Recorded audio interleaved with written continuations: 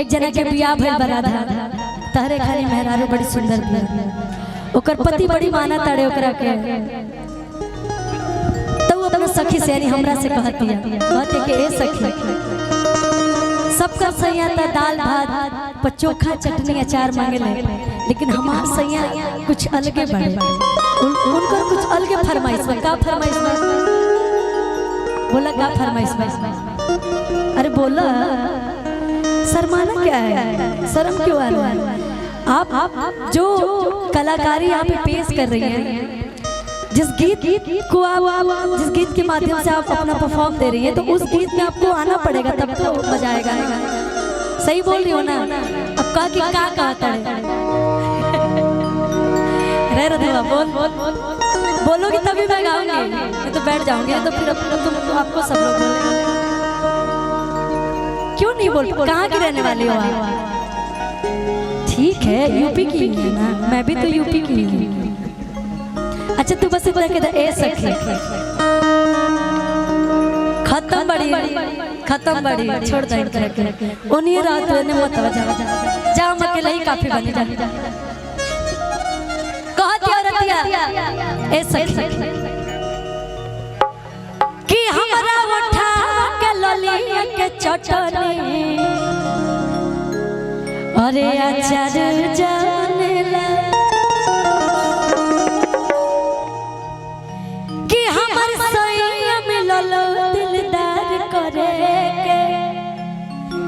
अरे प्यार जानेला कि हमरा उठा के ललिया के चटनी अरे अचार जानेला हमर सैया मिलल दिलदार करे के अरे प्यार जानेला कि सुती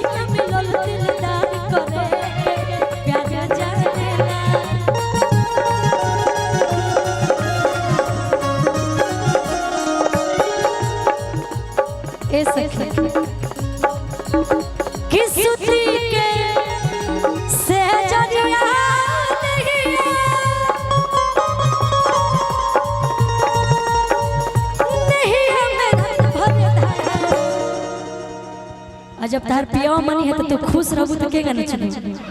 कि सही मिलल तू पटांगे दाल भात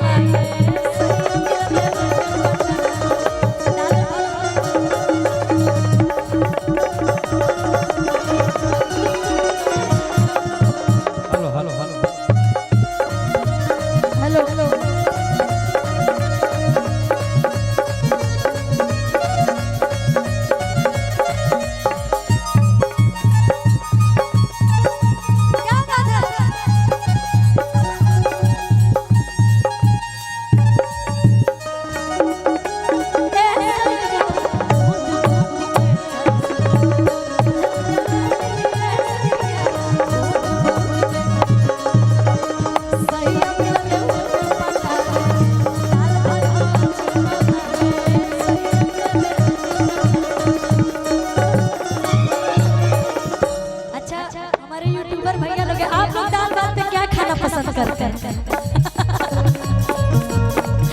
बहुत टफ क्वेश्चन है। अच्छा आप लोग जिसकी जिसकी शादी हो गई घर जाते होंगे तो बीबी तो खाना लाके देती होंगी। अच्छा दाल भात क्या खाना पसंद, चटनी की चोखा की अचार?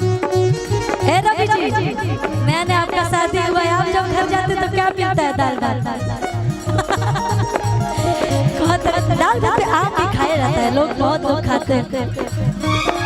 लेकिन कहा दिया का ना बताई बोलो मत बताओ कि डांटे लेना कब मारे लेना आया अपना से हमके बिसार लेना।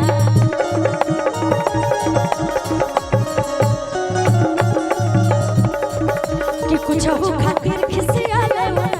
हमारा से खरा पसार लेना।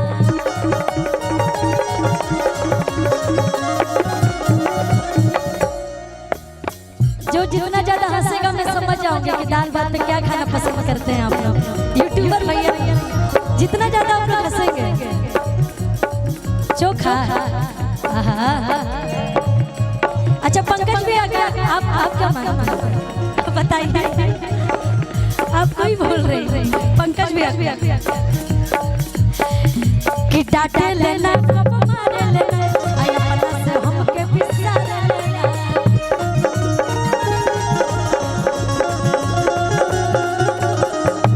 मैंने आदमी छूट गए लेना कुछ पहले। अच्छा सौरभ अंकल क्या खाते हैं दाल भात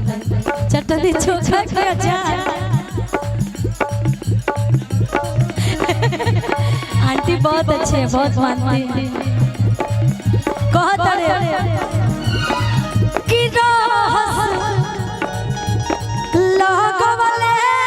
हदा अरे हमारा के अपनाएंगे रहस लगवले हमारा के अपनाएंगे।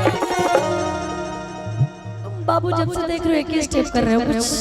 अपना अलग अदाकारा दिखाओगे तब ना, अदाकारी दिखाओ अलग कुछ ऐसा करो कि बिना बोले ताली बज जाए, जैसे कुछ ऐसा कर जाइए, कुछ करो ऐसा कि दुनिया करना चाहे आपके जैसा। इतताई ना साड़ी पहनने ले बड़ी ज्यादा कारी भुला जाती रही। हाँ ये बात कि रहस लगवले हदा अरे हमरा के अपनाया कि सैया मिलले उठ पटा दाल भात पहुंच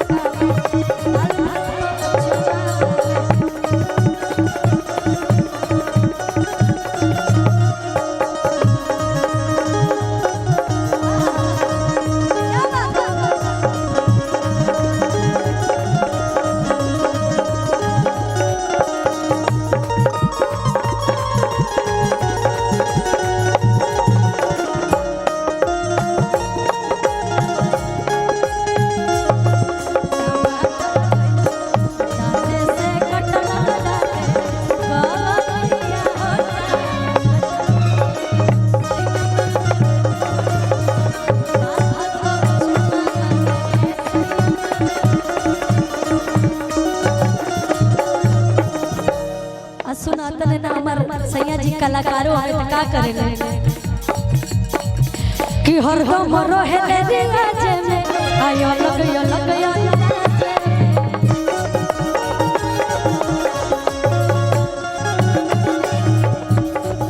कि सादों के बाद रोज करेले कि शादी के कि रोज जो के पर पूज करेले आ शादी के बाद में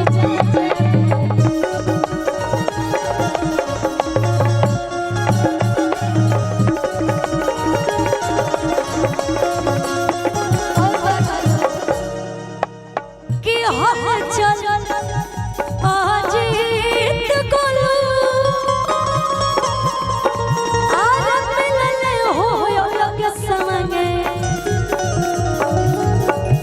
हल चल अजीत गोलू मिलले हो लग संगे ए राधा कि सैया मिलले उठ पट